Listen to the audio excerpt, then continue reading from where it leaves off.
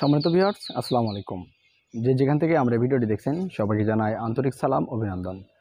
আজকের ভিডিও টপিকটা খুবই গুরুত্বপূর্ণ হবে, কারণ আজকের ভিডিওতে আমরা আলোচনা করব কুচে মুরগির বাচ্চা কীভাবে পালন করবেন এবং এটার কী ধরনের রোগ হয়ে থাকে এবং এটার জন্য আমরা কোন কোন বয়সে কী ধরনের স্টেপ নিতে পারবো এবং এটার খাবার কী ধরনের খাবার ব্যবহার করব।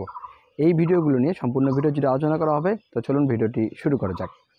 তো ভিডিওটি শুরু করার আগে আপনাদের কাছে ছোট্ট একটা অনুরোধ, যারা এখনও আমাদের পরিবারের সদস্য হননি অবশ্যই চ্যানেলটি সাবস্ক্রাইব করবেন এবং যারা অলরেডি সাবস্ক্রাইব করেছেন তাদেরকে অসংখ্য ধন্যবাদ। বর্তমানে কিন্তু কৃষি উদ্যোক্তা হিসেবে বা দেশি মুরগি খামারের সাথে সংযুক্ত হচ্ছেন অনেক নারী উদ্যোক্তার পাশাপাশি অনেক পুরুষ উদ্যোক্তাও। তারা কিন্তু দেখা যাচ্ছে যে ছোট্ট একটা খামার শুরু করার ইচ্ছা বা ছোট্ট একটা খামার শুরু করতে যাচ্ছেন, কিন্তু এখানেই প্রতিবন্ধকতা তৈরি হয়ে যাচ্ছে। কারণ অনেকেই ইনকিউবেটর পদ্ধতিটাকে এড়িয়ে চলে মুরগি দিয়ে বাচ্চা ফোটানোর পদ্ধতিটাকে সবচেয়ে সহজ পদ্ধতি এবং সবচেয়ে লাভজনক একটা পদ্ধতি, এই আশাতেই তারা খামার শুরু করতেছেন। এবং দেখা যাচ্ছে যে মুরগির বাচ্চার বয়স যখন ফুটে বের হচ্ছে, ফুটে বের হওয়ার পর 10-15 দিন 20 দিন বয়সে গিয়ে সে বাচ্চাগুলো মারা যাচ্ছে, পাখা ছেড়ে দিচ্ছে, ঝিমাইতেছে। এই সমস্যাগুলো কিন্তু যারা নতুন উদ্যোক্তা রয়েছেন তারা কিন্তু হরহামেশা ফেস করে আসতেছেন। এবং আমার কাছে দিনে যদি 1-150 ফোন আসে, তার মধ্যে 90% ফোন আসে মোটামুটি, তার চেয়ে একটু কম হলেও ফোনগুলো আসে আমাদের কুচে মুরগির বাচ্চাগুলো চিকিৎসা সম্পর্কে। তো ভাবলাম যে এই টপিকটা নিয়ে একটা ভিডিও করা যাক। তো আজকে ভিডিওতে একেবারে একটু যেটা আলোচনা করবো এবং ভিডিওটা একটু লম্বা হতে পারে, অবশ্যই শেখার উদ্দেশ্যে একটু মনোযোগ সহকারে দেখবেন। তো আমরা যখন মুরগির ডিম দেওয়ার সিস্টেমটা হচ্ছে, কুচাটা আপনার যে মুরগিটা দেখবেন পাখা বড়, লোমগুলো বড়, সেই মুরগির নিচে একটু হলেও বেশি ডিম দিতে পারবেন। স্বাভাবিকভাবে 12 থেকে 13 পিস ডিম দেওয়া যায়। যদি আপনার মুরগিটা বড় সড়ো হয় এবং তার পাখা এবং লোমগুলো যদি বড় সড়ো হয়, সেক্ষেত্রে আপনি 18, 19, 17টা পর্যন্ত 20টা পর্যন্ত ডিম দিতে পারবেন। যখন আপনার বাচ্চাটা ফুটাই যাবে, বাচ্চা ফুটানোর পরে আপনাকে কী করতে হবে, মূলত অনেকেই করে কি, যেটা বাচ্চা ফোটানোর পরের সঙ্গে সঙ্গেই তাদেরকে খাবার দিয়ে দেয়। এটা কখনোই করবেন না। আপনার বাচ্চা যখন ফোটা শেষ হয়ে যাবে, ধরেন আজ থেকে ফোটা শুরু হয়েছে, সকাল থেকে যদি ফোটা শুরু হয়, পরের দিন সকালেও বাচ্চা বের করবেন না, দুপুরের পর বাচ্চা বের করবেন। মোটামুটি বাচ্চা ফোটার 12 ঘন্টা পরে আপনারা মা মুরগি সহ বাচ্চাগুলো সহ এই যে ডিমের যে ক্যারেটে আপনি অথবা যে খাঁচাতে আপনি বাচ্চা ফুটিয়ে দিয়েছিলেন সেখান থেকে আপনি আলাদা করে রাখবেন। কোনো খাবার পানি দিবেন না। আলাদা করে রাখার পরে আপনার বাচ্চাকে একদম মধু মিশ্রিত পানি অথবা ভিটামিন সি মিশ্রিত পানি দিতে পারেন, আপনি বড় মুরগি সহ আপনার বাচ্চাগুলোকে সহ। পানিটা দিবেন কিভাবে? পানিটা দিতে হবে মোটামুটি 5 টাকা দামের যে পানির পটগুলো পাওয়া যায়, অথবা ছোট একটা বোতল দিয়েও কিন্তু আপনি তৈরি করে নিতে পারবেন। এরকম পানির পটটা দিয়ে আপনারা পানি দিবেন। বড় পানির পাত্রে পানি দিবেন না।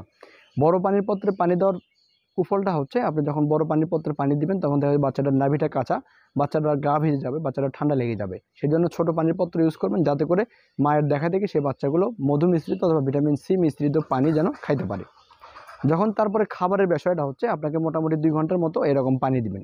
পানি দেওয়ার পরে আপনার বাচ্চাকে সরাসরি খুদ না খাইতে দিয়ে সোনালি স্টার্টার নামে যে ফিডটা রয়েছে অথবা ব্রয়লার স্টার্টার নামে যে ফিডটা রয়েছে, এই ফিডটাকে আপনি ব্যবহার করতে পারেন। এটা খাওয়াবেন। খাওয়ানোর পরে যখন 1 দিন বয়স হয়ে যাবে, সেই সময়ে আপনি যদি চান যে আপনার যে কোনো ধরনের একটা অ্যান্টিবায়োটিক ব্যবহার করতে পারেন, অথবা যদি চান অ্যান্টিবায়োটিক ব্যবহার করবেন না, সেক্ষেত্রে আপনারা কাঁচা হলুদ মিশ্রিত ভাত অথবা আপনার যে খাবার রয়েছে, ভাত দিবেন না, সরাসরি আপনার কাঁচা হলুদ মিশ্রিত পানিও খাওয়াতে পারেন। ইভেন আপনার ফিডের সঙ্গে অথবা খাবারের সঙ্গে মিক্সিং করে আপনি খাওয়াইতে পারেন। অথবা যদি আপনি অ্যান্টিবায়োটিক খাওয়াইতে চান, সেক্ষেত্রে রিনামক্স খাওয়াইতে পারেন অথবা ইউরোকেট খাওয়াইতে পারেন।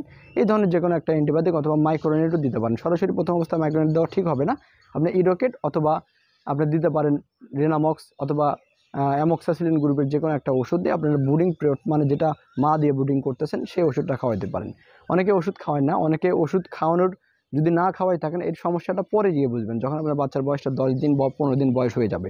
দেখা যাবে যে আপনি 1 থেকে 10 দিন পর্যন্ত বাচ্চাটার গ্রোথ ওয়েট, বাচ্চাটা ভালো ছিল, সুস্থ স্বাভাবিক আছে। কিন্তু যখন 10 থেকে 12 দিন অথবা 15 দিন বয়স হয়ে যাবে, তখন দেখা যাবে বাচ্চাগুলো পাখা ছেড়ে দিচ্ছে, ঝিমাচ্ছে। এই ধরনের সমস্যাগুলো ফেস করতে হবে। এবং সর্বক্ষণিক যেটা বলি সেটা হচ্ছে, আপনাকে বাচ্চার বয়স যখন 3 থেকে 5 দিন অথবা 7 দিন বয়স হয়ে যাবে, সেক্ষেত্রে আপনারা রানীক্ষেতের ভ্যাকসিনটা অন্তত হলেও করে নেবেন। যারা অল্প আকারে খামার শুরু করতেছেন তারাও রানীক্ষেতের ভ্যাকসিনটা করে নেবেন। এই রানীক্ষেতের ভ্যাকসিন সুফল কখন বুঝবেন? যখন আপনার বাচ্চাগুলো অথবা মুরগিগুলো বড়তে রূপান্তরিত হয়ে যাবে।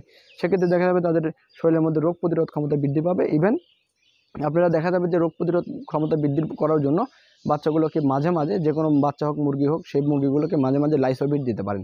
এটা কিন্তু খুবই কার্যকরী একটা অ্যান্টিবায়োটিক বা রোগ প্রতিরোধক একটা ওষুধ, যেটা দেখা যায় যে মুরগির শরীরে রোগ প্রতিরোধ ক্ষমতা দ্রুত বৃদ্ধি করে।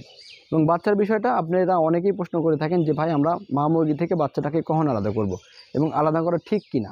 তো আমি বলবো যে, আপনি যদি ডিমের চাহিদা থাকে বা ওই মুরগিটা দিয়ে আবার যদি পুনরায় তাড়াতাড়ি ডিম চান, তাহলে আপনারা মোটামুটি বাচ্চার বয়স যখন 10 দিন হয়ে যাবে, আপনার মোটামুটি গ্রীষ্মের সময় এবং শীতের সময় 15 থেকে 20 দিন পর আলাদা করতে হয়, এবং গরমের সময় 7 থেকে 10 দিনের মধ্যে আপনার মা মুরগিকে আলাদা করে দিতে পারেন।